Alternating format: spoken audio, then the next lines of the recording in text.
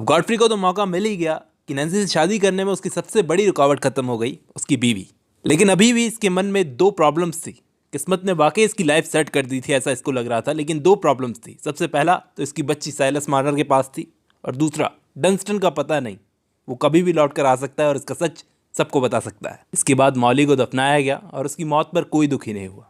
वहाँ Silas Marner ने उस बच्ची को ऊपर वाले का तोहफा समझकर पालना शुरू कर दिया। पूरे गांव की औरतें उसे बोलती भी थी कि बच्चा पालना इतना आसान नहीं है।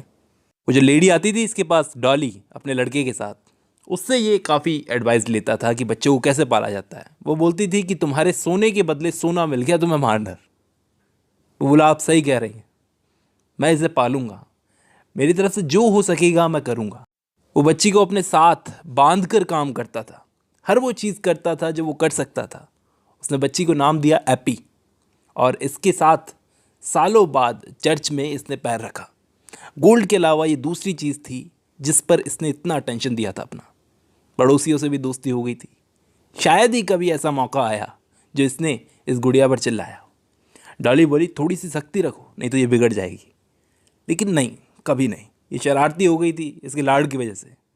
एक दिन ये गायब हो गई, इसे कहीं मिले नहीं। ये पागलों की तरह उसको ढूंढे। इसे चिंता हो गई कहीं ये स्टोन पिट पर तो नहीं चली गई। स्टोन पिट साइलस मार्नर के घर के पास एक जगह है दोस्तों, खतरनाक सी जगह है जहाँ से गिरकर कई लोग मर चुके हैं। लेकिन नहीं, वो उसे मिल गई, जिसे देखकर इसे थोड़ी सी शांति मिली। इसने तुरंत उसको गले लगा लिया, किस करने लगा और घर ले आया। ये अपने साथ इसे घुमाने लेके जाता था, जहाँ भी डिलीवरी करने जाता था साथ में लेके जाता था, और जहाँ भी लोग इन दोनों को एक साथ देखते थे ग्रीट करते थे। अब इसका गोल्ड से मोह खत्म हो गया था और एपी में इसका दिल लगता था। वहीं इस बच्ची का असली फादर गॉडफ्री चुपचाप दूर से अपनी बच्ची को देखता रहता था। जो भी कर सकता था अपनी तरफ से मार्नर की हेल्प कर देता था, लेकिन कोशिश करता था कि कोई इस पर शक ना करे। और इसका ये डर भी खत्म हो गया था कि डंस्टन अब लौट कर कभी आएगा। तो इसकी लाइफ तो सेट हो गई, और नैन्सी के भी ये करीब होता जा रहा था। उससे शादी हो गई और 16 साल हो गए इनकी शादी को। 16 साल गुजर गए।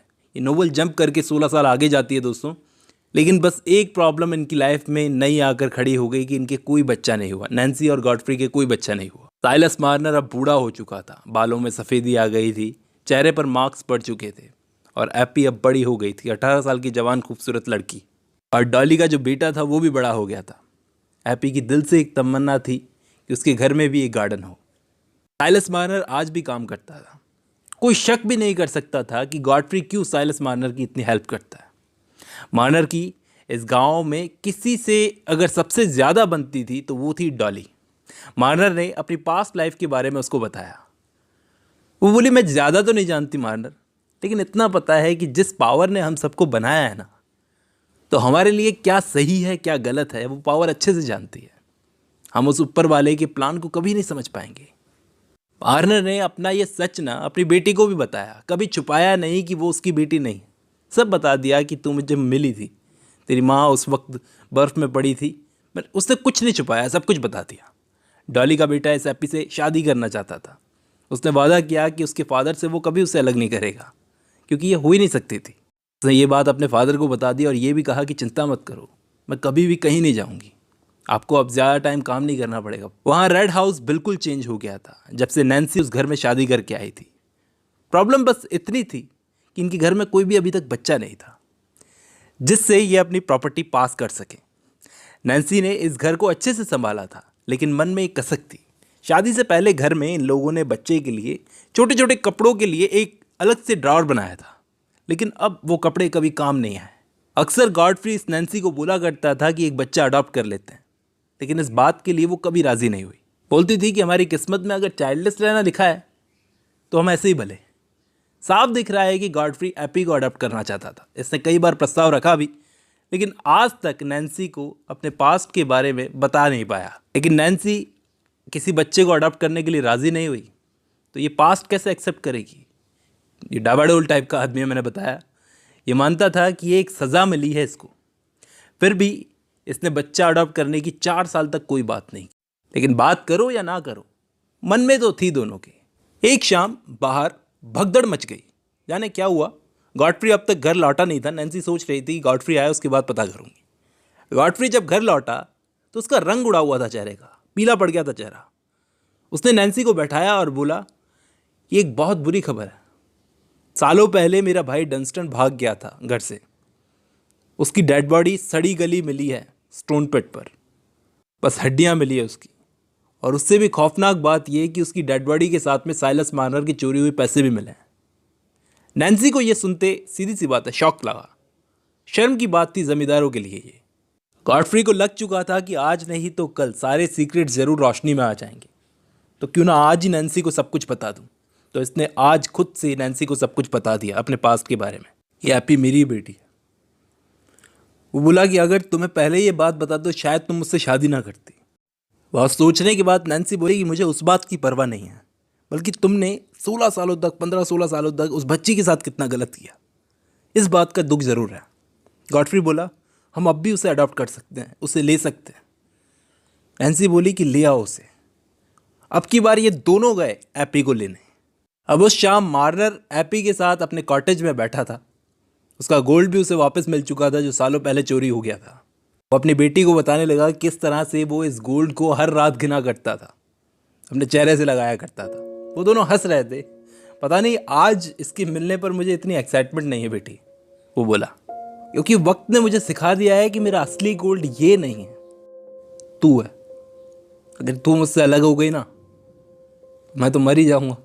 तभी दरवाजे पर किसी के खटखटाने की आवाज हुई। गॉडफ्री और नैन्सी थे दरवाजे पर। सबसे पहले तो गॉडफ्री ने मार्नर से माफी मांगी कि आपका गोल्ड मेरे भाई ने चुराया था।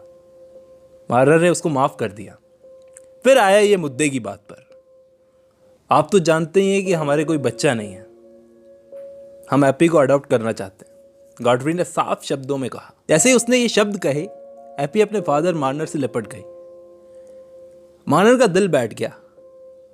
बोला मैं ये तय नहीं कर सकता, ये तय करेगी इसे जाना है या नहीं। एप्पी ने साफ मना कर दिया। एप्पी क्या बोलेगी, ये कुछ भी हो जाए अपने फादर को नहीं छोड़ूंगी। ये सुनते ही ना मार्नर की आंखें भर आई।